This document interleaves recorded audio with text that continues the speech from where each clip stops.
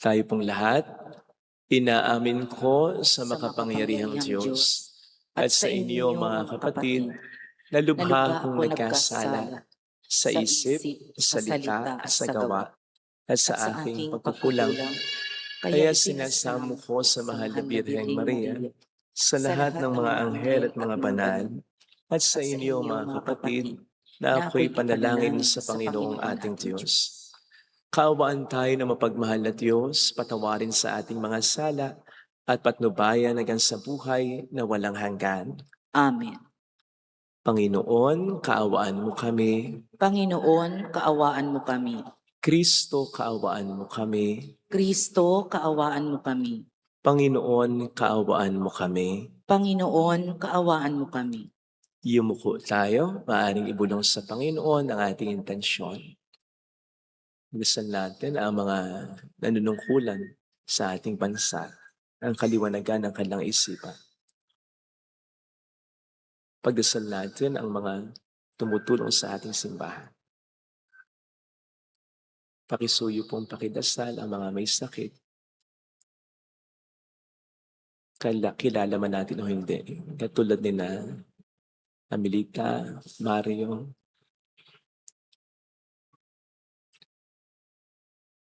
Alona, Leoncia, Teresita, Sister Terry, kalusugan ni Sister Eva.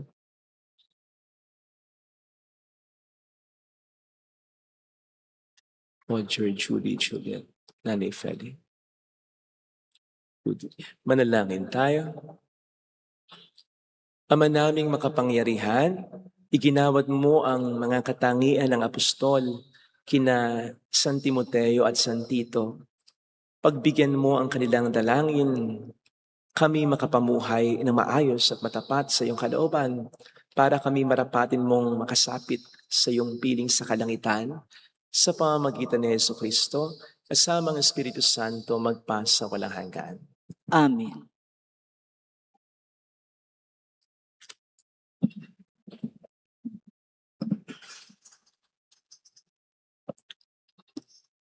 Ang salita ng Diyos mula sa simula na ikalawang sulat ni Apostol San Pablo kay Timoteo. Mula kay Pablo na niloob ng Diyos na maging apostol ni Kristo Jesus upang mangaral tungkol sa buhay na ipinangakong kakamtin natin kay Kristo Jesus. Kay Timoteo na minamahal kong anak, sumaiyo nawa ang pagpapala, ang habag at ang kapayapaan mula sa Diyos Ama at kay Kristo Jesus na ating Panginoon. Nagpapasalamat ako sa Diyos na pinaglingkuran ko ng tapat tulad ng ginawa ng aking mga ninuno tuwing aalalahanin kita sa aking mga panalangin araw-gabi. Sabik na akong makita ka upang malubos ang aking kagalakan, lalo na kapag naaalala ko ang iyong pagluha. Hindi ko nakakalimutan ang tapat mong pananampalataya, katulad ng pananampalataya ng iyong Lola Loida at Eunice na iyong ina. Natitiyak kong taglay mo pa ngayon ang pananampalatayang iyon. Dahil dito, ipinaalala ko sa iyo na maging masigasig ka sa pagtupad sa tungkuling tinanggap mo sa Diyos nang ipatong ko ang aking mga kamay sa ulo mo. Sapagkat hindi espiritu ng kaduwagan ang ibinigay sa atin ng Diyos, kundi espiritu ng kapangyarihan, pag-ibig at pagpipigil sa sarili. Kaya't huwag mong ikahiya ang pagpapatotoo tungkol sa Panginoon o ang aking pagkabilanggo dahil sa Kanya. Sa halip, makihati ka sa kahirapan dahil sa mabuting balita sa tulong ng Diyos. Ang salita ng Diyos. Salamat sa Diyos.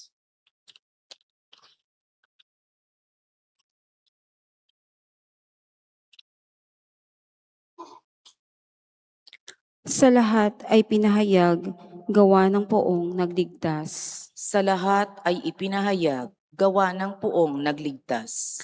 Purihin ang Panginoon, awitan ng bagong awit.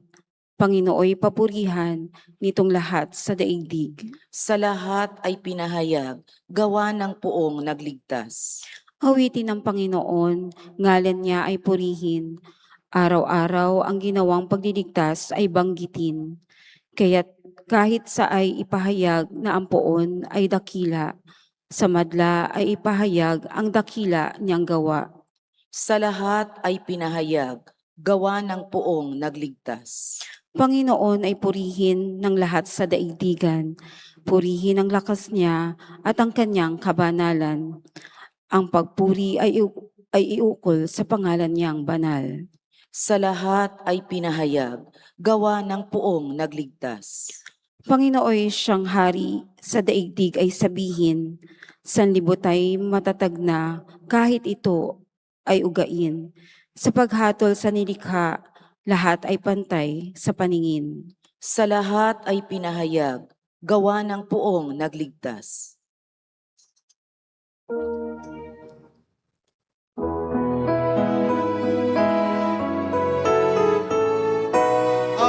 Alleluia, alleluia, alleluia, alleluia. Alleluia, alleluia, alleluia, alleluia.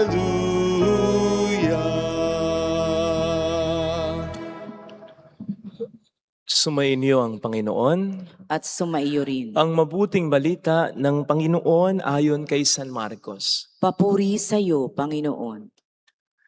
Noong panahong yon, sinabi ng mga eskribang dumating mula sa Jerusalem, inaalihan siya ni Beelzebul, ang prinsipe ng mga demonyo. Ito ang nagbigay sa kanya ng kapangyarihang magpalayas ng mga demonyo. Kaya't pinalapit ni Jesus ang mga tao at sinabi sa kanila ang ilang talinghaga. Paano mangyayaring palayasin ni Satanas si Satanas? Kapag naglaban-laban ang nasasakupan ng isang kaharian, hindi mananatili ang kahariang iyon. Kapag naglaban-laban ang magkakasambahay, hindi mananatili ang sambahayang iyon. Gayun din naman, kapag naghimagsik si Satanas laban sa kanyang sarili at naglaban-laban ang kanyang nasasakupan, hindi magtatagal at darating ang kanyang wakas. Walang makapapasok sa bahay ng isang taong malakas at makakaagaw ng kanyang ari-arian, malibang gapusin muna niya ang taong iyon. Saka pa lamang niya malulooban ang bahay na iyon. Tandaan niyo ito. Maaring ipatawad sa mga tao ang lahat ng kasalanan at panlalait nila sa Diyos. Ngunit ang sino mang lumait sa Espiritu Santo ay hindi mapatatawad. Ang kanyang kasalanan ay hindi mapapawi kailanman. Sinabi ito ni Jesus sapagkat ang sabi ng ilan, inaalihan siya ng masamang espiritu. Mga kapatid, ang mabuting balita ng Panginoon. Pinupuri ka namin, Panginoong Hesukristo. Welcome sa Our Lady of Lazaret, Quasay Parish, kung saan ayos lang pong umiyak at samahan tayo ng mahal ay sa pag-iyak at sa pagdarasal upang maging maayos ang lahat. Alam po ba ninyo kung ano ang ginagawa at kung ano ang extent na pwedeng gawin ng demonyo? Para lamang tuksuhin tayo na magkasala, na itigil ang ating mga mabubuting ginagawa at mawala ng pananampalataya? Well, binibigyan po tayo ngayon ng idea mula sa ating narinig na ebanghelyo kung papaanong tinutukso ng demonyo si Kristo sa pamamagitan ng sitwasyon niya ngayon sa ebanghelyo. Ang sabi po dito sa una pa lang, noong panahong iyon, dumating ang mga eskriba galing sa Jerusalem. At sinabi nga po nila patungo kay Kristo, inaalihan siya ni Beelzebul, ang prinsipe ng mga demonyo. Ang mga eskriba, ang isa sa mga itinuturing na mga banal nung panahong iyon. So anong sinasabi dito sa atin ng Ebanghelyo? Na ang panunukso ng Diablo ay pupwede talagang manggaling kahit mula sa mga tao na hindi natin inaakala na manunukso sa atin para magkasala tayo, para magalit tayo, para mawala ang pananampalataya natin. Ito ay pupwedeng manggaling mula sa mga taong simbahan, mula sa mga kasama sa paglilingkod, mula sa mga taong sa palagay mo naman ay mabuting tao, and even mula sa mga kapamilya at kaibigan. Kaya hindi aksidente para sa akin na ang sinundan nitong bersikulo, yung ebanghelyo sa araw na ito, ay yung ebanghelyo noong nakaraang Sabado, kung natatandaan ninyo, na hindi si Kristo maintindihan ng kanyang sariling pamilya. Nakasasyak nga naman, nakalulungkot nga naman, at masakit nga naman kapag yung mga taong hindi mo inaakala, yung mga tao pang tinitingnan mo, tinitingala mo, o yung mga taong mahalaga sa'yo, ay gagamitin ng Diablo para tuksuhin tayo. Na magkansala, mawala ng pananampalataya, malungkot, problema. Yan.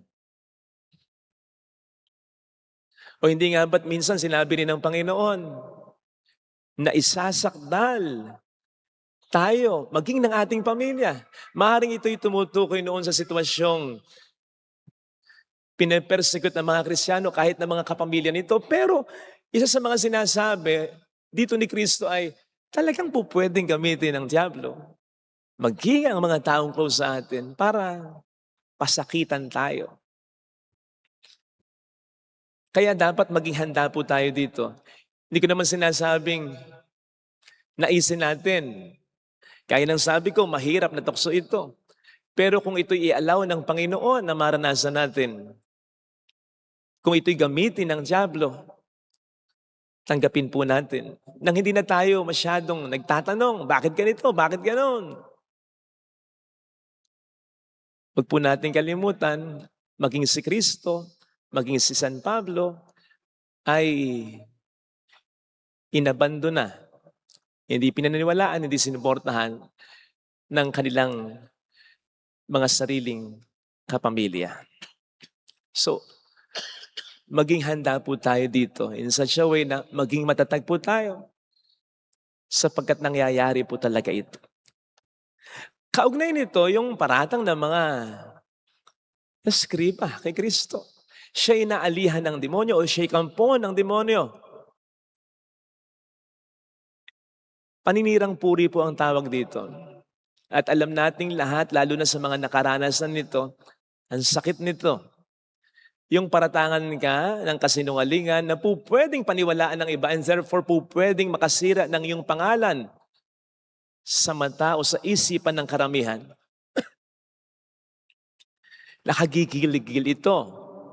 So much so ang tendency natin kapag ganito, hanapin yung tao. May mga dialogue tayo, magharap-harap tayo. Sabihin mo sa akin kung sino nagsabi, sasampanin ko sa harapan mo. Ganun ba? Yun ang gusto ng Diablo, na bumaba tayo sa level ng mga ganitong uri ng tao na gagawin ng lahat para lamang siraan tayo. Kahit kasinungalingan, ifa-fabricate para lamang sirain ang ating pangalan. Huwag po tayong bababa sa level ng mga taong yan. At katulad ng pinakita sa atin ng ating Panginoon, yes, i-depends sa natin kung ano ang talagang totoo sa paraang mahinahon at sa tamang forum o sitwasyon. Tapos, 1, 2 beses lang. Kung ayaw pa rin lang maniwala, hayaan mo na. Besides, ang taong gusto tayong sirain, kahit ano pang explanation natin, hindi makikinig sa atin. Pero yung mga tao na kilala tayo at mahal tayo, hindi basta-basta makikinig sa mga kung ano-anong kwento.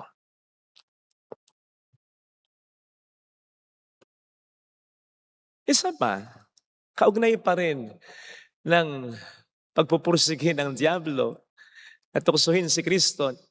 Sabi ko nga ay pwedeng gawin din sa atin at ginagawa din talaga sa atin ng Diablo. Isipin po ninyo. Sabi dito, galing sa Jerusalem ang mga eskriba. Alam po ninyo, ipinagpapalagay ng eksena ngayon sa Ebanghelyo ay nangyari sa Galilea, sa Capernaum. Abay, malayo ang Galilea sa Jerusalem. Kung ilang kilometro ito, kung ilang oras din paglalakbay ito, lalong-lalo na noon na wala namang mga sasakyan. Hindi naman maganda ang daan. Isipin ninyo, yung effort, yung time, yung energy na ginugol ng mga marites na ito. Machismis lamang si Kristo. Which by the way, ay alam naman nating motivated ng kanilang galit at inggit kay Kristo. So you see, gagawin ng demonyo ang lahat para lamang tuksuhin tayong magkasala, magalit, mawala ng pananampalataya, itigil ang ating mga mabuting ginagawa.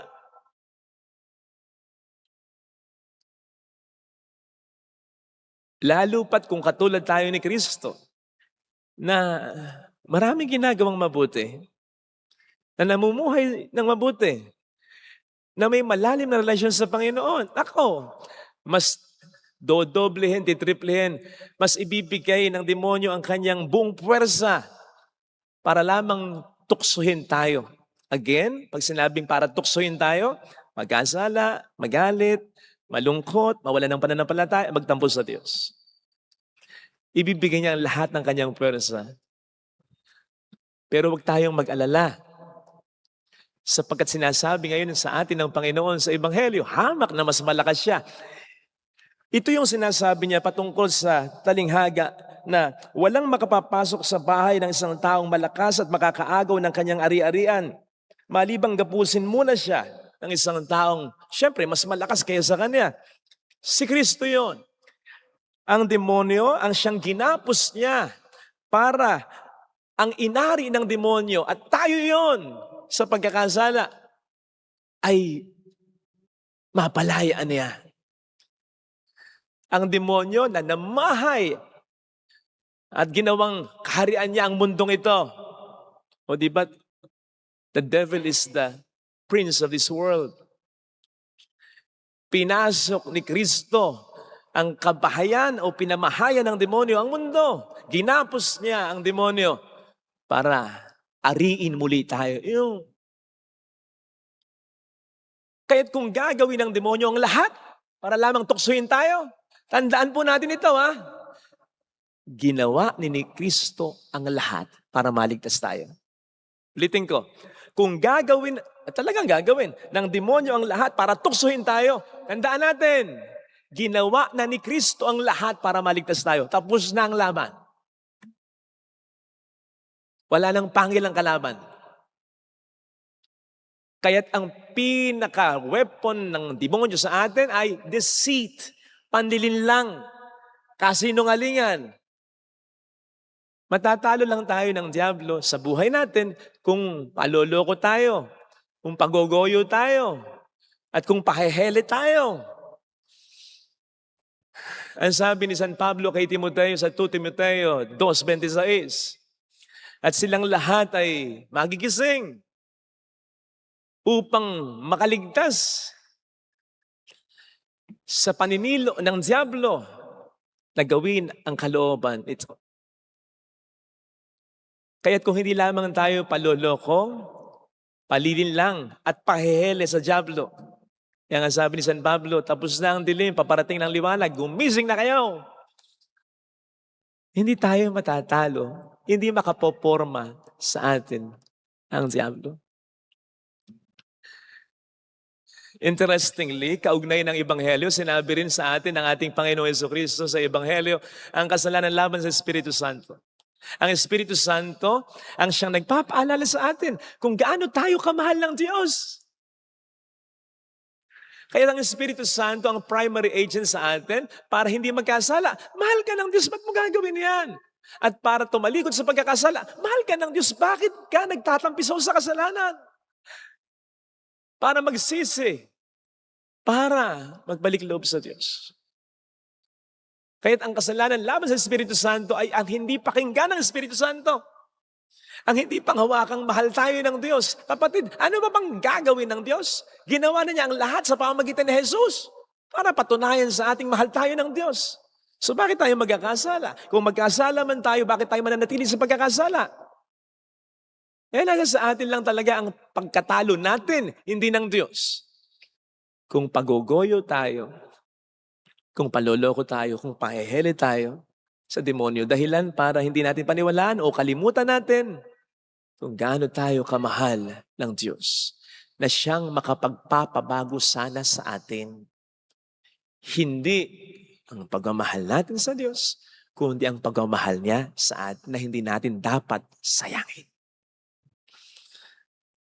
So ito sana mga kapatid ang ating pagdasal sa ating banal na pagdiriwang upang ano man kalakas ang Diablo ay hindi tayo matalo.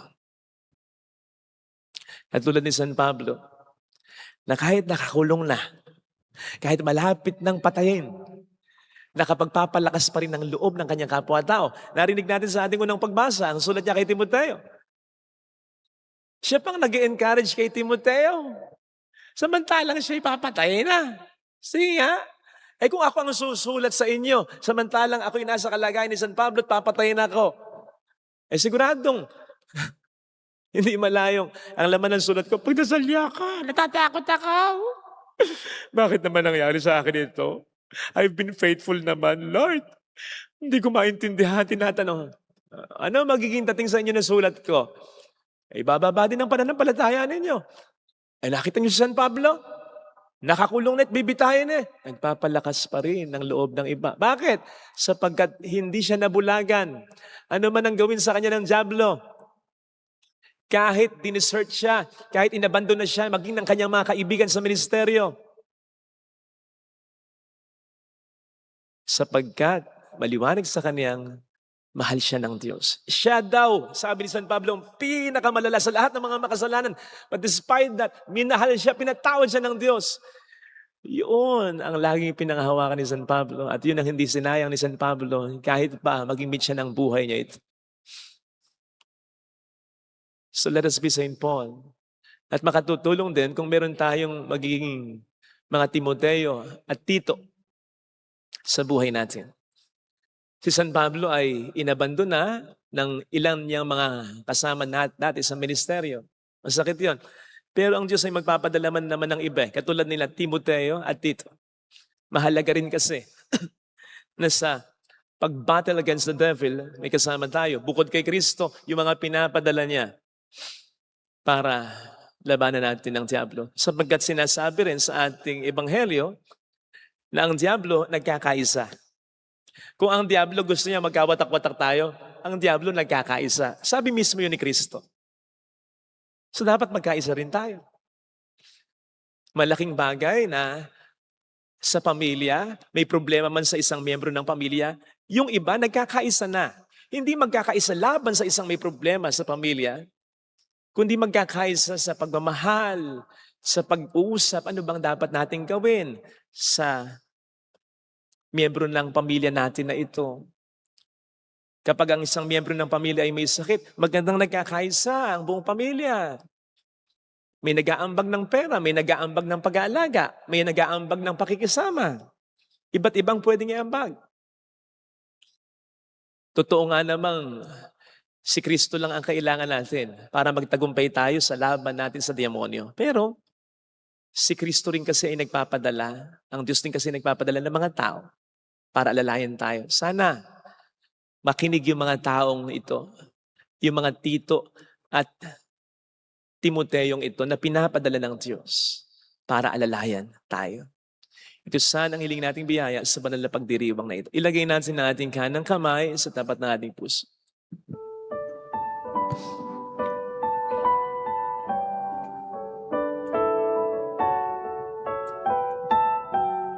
Awitin natin. Alam kong may magagawa ang Diyos.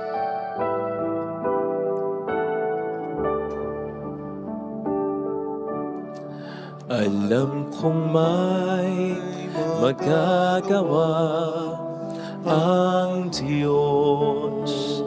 Alam kong may magagawa ang Diyos. Alam kong may magagawa Walang imposible sa Kanya. ang Diyos. Kung ako'y magtatapat, Kung ako'y magtatapat sa Kaniya'y maglilingkod. sa Kanya'y maglilingkod, Alam kong may magagawa ang Diyos. may magagawa ang Diyos. Alam kong diringgin ng Diyos ang samo ko Diringgin ang Diyos sapagkat anak niya. ang samo ko. Alam kong diringgin ng Diyos ang samo ko. Alam kong diringgin ang Diyos Ang samo ko. Kung ako'y magtatapat, kung ako'y magtatapat sa Kaniya'y maglilingkod. sa Kanya'y maglilingkod. Alam kong diringgin ng Diyos ang samo. Diringgin ang Diyos Pumigit tayo. samo ko. Panginoon, tulungan mo po ako maging matatag sa panunokso ng Diablo na magkasala ako. Pag-isip ako, gumawa ako ng hindi maganda. Na mawala ang pananampalataya ko sa iyo, na sumuko ako sa problema ko. Na hindi na ako umasa na may maganda pang mangyayari sa buhay ko, sa pamilya ko. Alam ko na galing ito sa Diablo. At ginagawa niya ang lahat para ibaba ako. Hindi ako papayag. Pero hindi ko po kayang mag-isa. Panginoon, tulungan mo ako. I need your presence. I need your guidance. I need your help. I need your love. At sana'y tulungan din po ako ng mga tao sa paligid ko. Lalong-lalo na yung mga taong inaasahan kong magiging nandyan para alalayan din naman ako. Hallelujah! Hallelujah! Purihin ang Diyos. Hallelujah! Pasalamatan siya. Siya ay muling babalik sa atin.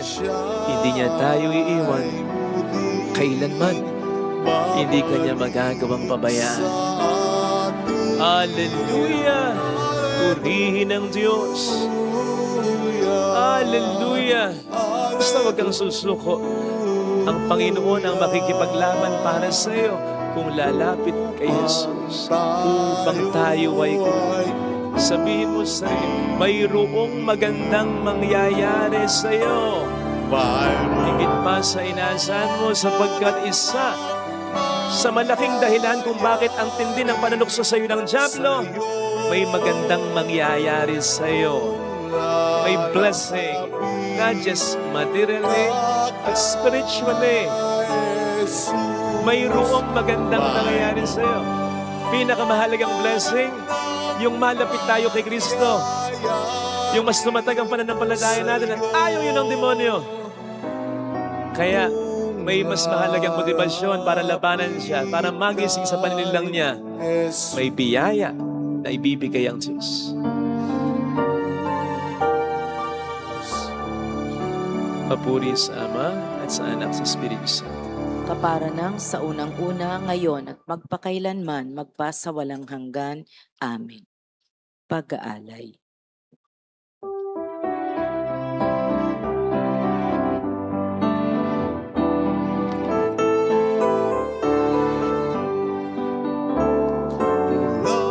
Sa mga butil na humitik ang buhay, natipong mga trigo'y sa tinapay magwawakas, pinagpaguran ng lipak na kamay, at ng pawis na suno'y nunukan, tanging sa iyo lamang iniyalay, sa isang na walang kapantay, mula sa mga baging na kinumpol na ubas, inaning mga bunga, ang katasay naging ngalang, pinagpaguran ng lipak na kamay, at ng pawis na na sano'y nunukan, tanging sa iyo lamang inialay. Sa isag na walang kapantay, sa dugo at katawan ni Jesus na minamahal, ang tinapay at alak kayo'y babanyuhay, pinagpaguran ng lipak na kamay, at ng pawis na sano'y nunukan, tanging sa iyo lamang inialay. Sa gisag na walang kapantay, hiwaga ng pag-ibig, handog sa ating lahat, upang maging panunan ng pusong naghihintay, pinagpaguran ng lipak na kamay, at ng pawis na sano'y nunukan, tanging sa iyo lamang inialay. Sa gisag na walang kapantay, mula sa mga butil na humitik ng uhay, na tipong mga trigo'y sa tinapay magwawakas, pinagpaguran ng lipak na kamay, at ng pawis na sano'y nunukan, tanging sa iyo lamang inialay. Sa isag na walang kapantay, mula sa mga baging ng kinumpol na ubas, dinaning mga bunga, ang katas ay naging alak, pinagpaguran ng lipak na kamay, at ng pawis na sano'y nunukan, tanging sa iyo lamang inialay. Sa gisag na walang kapantay. Manalangin tayo, pang ating handog ay maging kalugod-lugod sa Diyos Amang makapangyarihan. Tanggapin nawa ng Panginoon itong paghahain sa iyong mga kamay, sa kapurihan niya at karangalan sa ating kapakinabangan at sa buong sambayanan niyang Ama banal. naming lumikha, tunghayan mo ang mga alay na nasa dambana, ngayong kami naghahain para sina San Tito at San Timoteo ay magunita sa ikapagkapatawad ng aming mga kasalanan at sa ikatutupad ng aming pagsamba sa iyong ngalan. Sa pamamagitan ni Jesucristo, kasamang Espiritu Santo magpasa walang hanggan. Amen. Sumainyo ang Panginoon. At sumaiyo rin. Itaas sa Diyos ang inyong puso at diwa. Itinaas na namin sa Panginoon. Pasalamatan ang Panginoong ating Diyos. Marapat na siya ay pasalamatan. Ama naming makapangyarihan, tunay nga pong marapat na ikaw ay pasalamatan sa pamamagitan ni Jesucristo na aming Panginoon. Ngayong sina San Tito at San Timoteo ay aming pinararangalan sa pamumuhay nilang totoong uliran at pagiging maasahan sa panunungkulan, kaya't si Jesucristo na maasahan sa katapatan ay niyahayag sa pangasiwa sa sambayanan.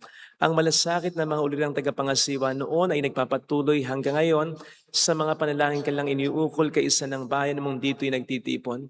Kaya kaisa ng mga anghel na nagkisiawit ng papuri sa iyo ng walang humpay sa kalangitan, kami nagbubunyi sa iyong kadakilaan. Santo, Santo, Santo, Panginoong Diyos ng mga hukbo, napupuno ang langit at lupa ng kadakilaan mo. Hosana sa kaitaasan, pinagpala ang naparirito sa ngalan ng Panginoon. Hosana sa kaitaasan.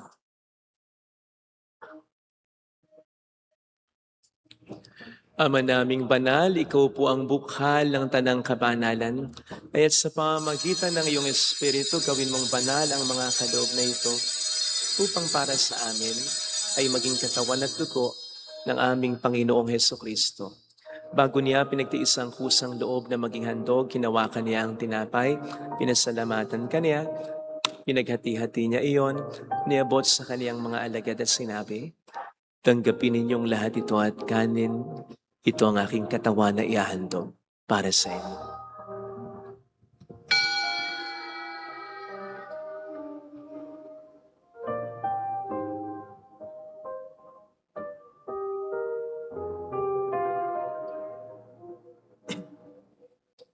Ngayon din naman nang matapos ng hapunan, hinawakan niya ang kalis, muli kaniyang pinasalamatan.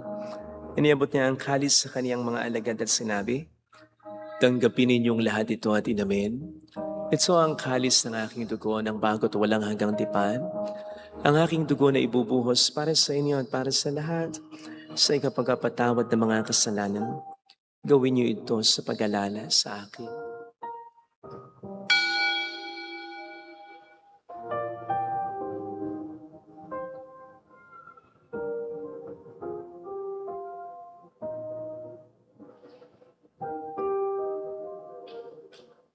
Ang misteryo ng ating pananampalataya, Si Kristo'y namatay, si Kristo'y nabuhay, si Kristo'y babalik sa wakas ng panahon. Ama, ginagawa namin ngayon ang pag-alaala sa pagkamatay at muling pagkabuhay ng iyong anak, kaya iniali namin sa iyong tinapay ng buhay at ang kalis ng kaligtasan. Kami nagpapasalamat dahil kami iyong minarapat at tumayo sa harap mo para maglingkod sa iyo. Sinasamo namin kami na magsasalo sa katawan at dugo ni Kristo ay mabuklod sa pagkakaisa sa pamamagitan ng Espiritu Santo. Hamalingapin mo ang iyong simpahang laganap sa buong daigdig. Puspusin mo po kami sa pag-ibig. Ay sa ni Leon na aming Papa, ni Janice na aming Obispo, at ang Tanang Kaparian. Alalahanin mo po ang mga kapatid naming nahimlay nang may pag-asang sila'y muling mabubuhay, lalo na pong aming mga ipagdarasal. Saglit nating alalahanin ang ating mga minamahal kakilalang yumao.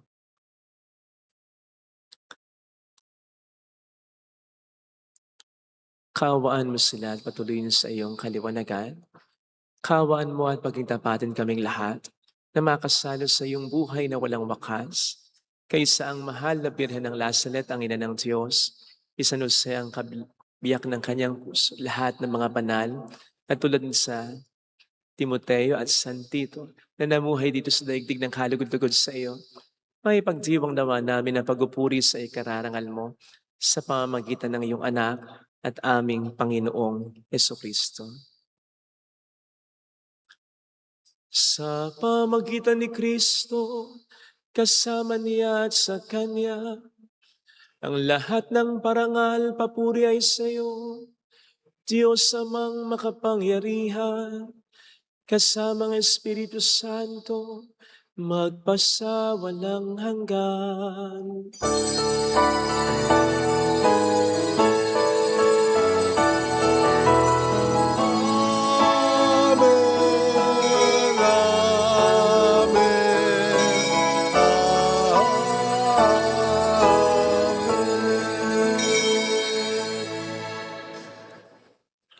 Sama rin natin sa panalangin ang kalusugan ni Jesus. Tumawag tayo sa ating Ama.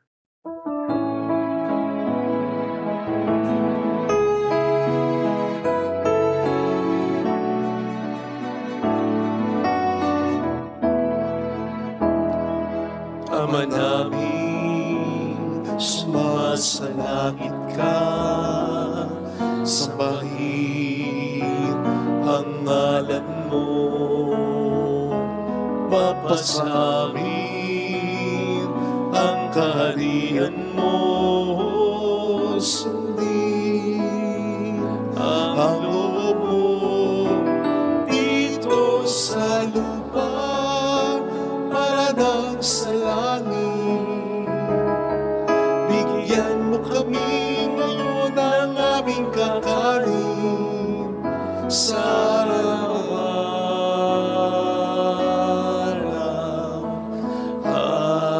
patawarin mo kami sa aming mga sala para ng pagpapatawad namin sa nagkakasala sa amin.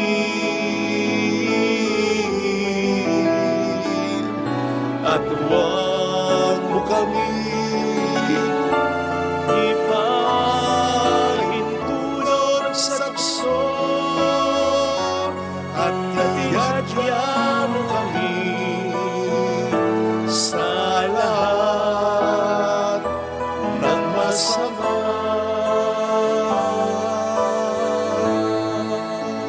Iniling namin kami adya sa lahat ng masama, pagkalooban ng kapayapaan na araw-araw, iligtas sa kasalanan, sa kapahamakan, sa mga seryosong karamdaman. Samantalang aming pinaghahandaan ang dakilang araw ng pagkapahayag ng tagapagligtas naming si Hesus Kristo. Sapagkat iyo ang kaharian, ang kapangyarihan at ang kapurihan magpakailanman. Amen.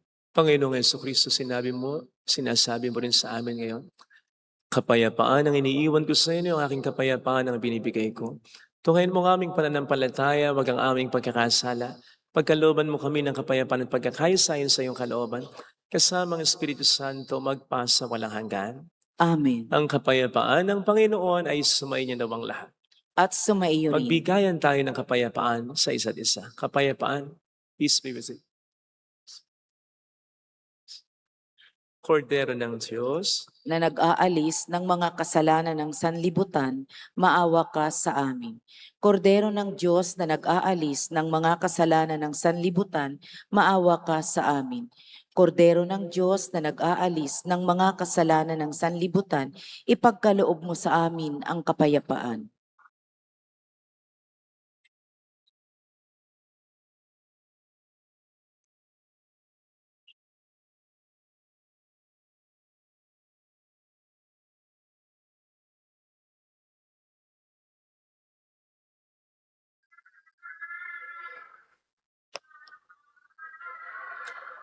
narito sa harap natin ng Panginoon ang ating buhay at kaligtasan. Mapalad tayong inaanyayahan. Panginoon, hindi ako karapat-dapat na magpatuloy sa iyo, ngunit sa isang salita mo lamang ay gagaling na ako.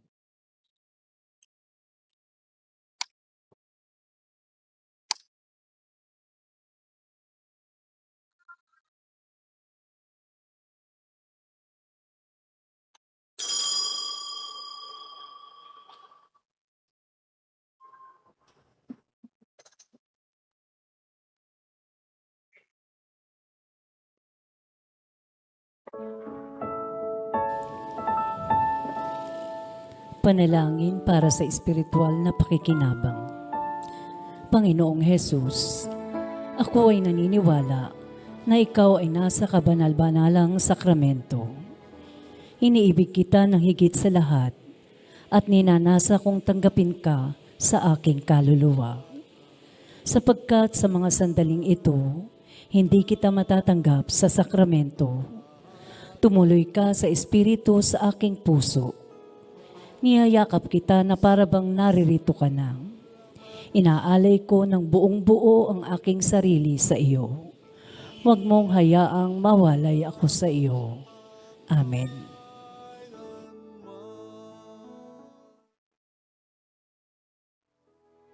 aking iyaya ang kadakilan ng aking Diyos. Pasasalamatan siya at pupurihin magpakailanman. Lahat ay iyaya ang iyong kabutihan at mga gawa mong makapangyarihan. Aking sasabihin na ikaw ay dakila, kabaitan mo'y aawitin tuwina.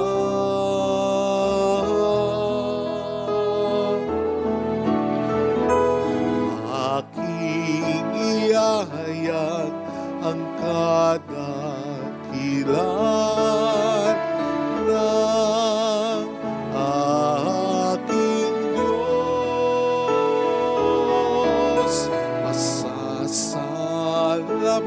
siya at pupurihin magpakailanman. Kanyang ginawa ay mabubuting lahat, tumutulong sa suliranin ng tao.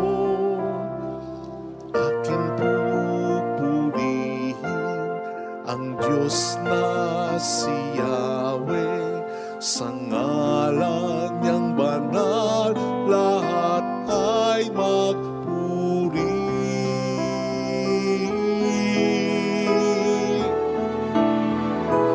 Aking iyahayag ang kadakilan ng aking Diyos. Pasasalamatan siya at pupurihin magpakailanman. Aking iyahayag ang kadakilan ng aking Diyos. Pasasalamatan siya at pupurihin magpakailanman, magpakailanman.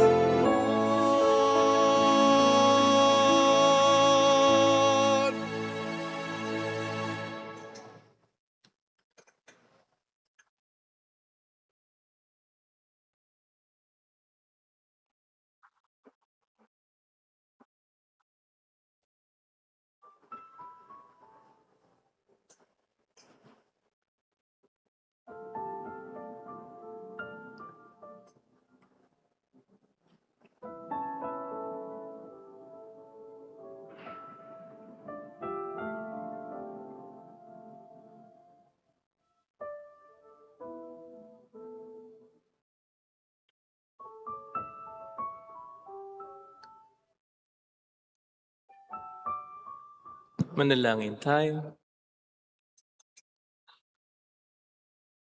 Ama naming mapagmahal, kaming nagsipakinabang ay dumadalangin ang pinanaligan ng uliran naming sina San Tito at San Timoteo ay maipahayag namin at ang itinuro nila ay magawa naming ganapin sa pamamagitan ni Jesucristo kasama ng Espiritu Santo magpasa walang hanggan. Amen. Holy God, Holy Mighty One, Holy Immortal One. Have mercy on us and on the whole world. Holy God, Holy Mighty One, Holy Immortal One. Have mercy on us and on the whole world. Holy God, Holy Mighty One, Holy Immortal One. Have mercy on us and on the whole world. Jesus, King of Mercy, We trust in you. alalahanin, Alalahanin, o mahal na Birhen ng Lasalet, ina ng pag-asa, ikaw ang nagpaalala sa aming magbalik loob sa Ama. Ito ang nagpapatunay na ang kagandahang loob mo'y nanatiling busilak. Sa pag-aaruga mo sa amin, tungkulin mo'y tinupad. Sa paanan ni Kristo'y itinuring mo kaming mga tunay mong anak. Kaya ninais mong ni Isay huwag mapahamak. Maging sa iyong walang tigil na pananalangin, pati luhay pumatak. Huwag namang mawala ng saysay ang iyong paghihirap. Hiling nawa namin sa iyo, o aming inang liya, na matapos ang pakikibaka namin sa mundong ito at sa pananatili naming tapat kay Kristo, sa kapurihan mo'y makibahagi kaming ganap, upang kung nasaan ka ngayon ay maparoon din kaming lahat, at ang kaganapan ng kaluwalhatian ng Diyos Amay tuluyang matupad, siya nawa. Mahal na Birhen ng Lasalet, tagapagkasundo ng mga makasalanan. Ipanalangin mong walang patid kaming mga dumudulog sa iyo. Marami pong salamat sa inyong pakikisa at sa mga tinutulong po ninyo, nagiging dahilan para makatulong din po tayo sa iba.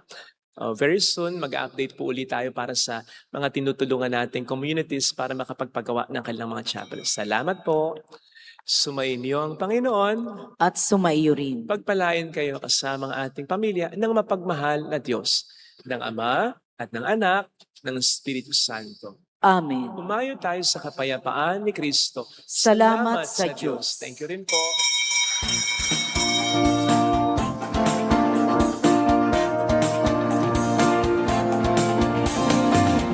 Mary, Mother of the Lord, hear the prayer we sing to you. Let your tears sip in our minds and hearts as once they fell at Nazareth. Tell your people how to live again. Let's sing.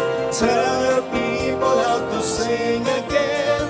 Tell your people how to dance again. Tell your people how to pray again.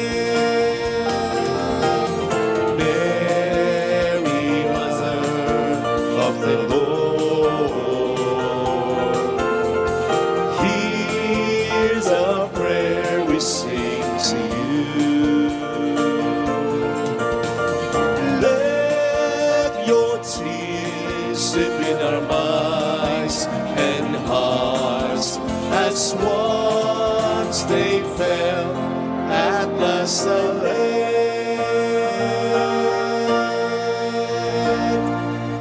Salamat po. Papa bless po.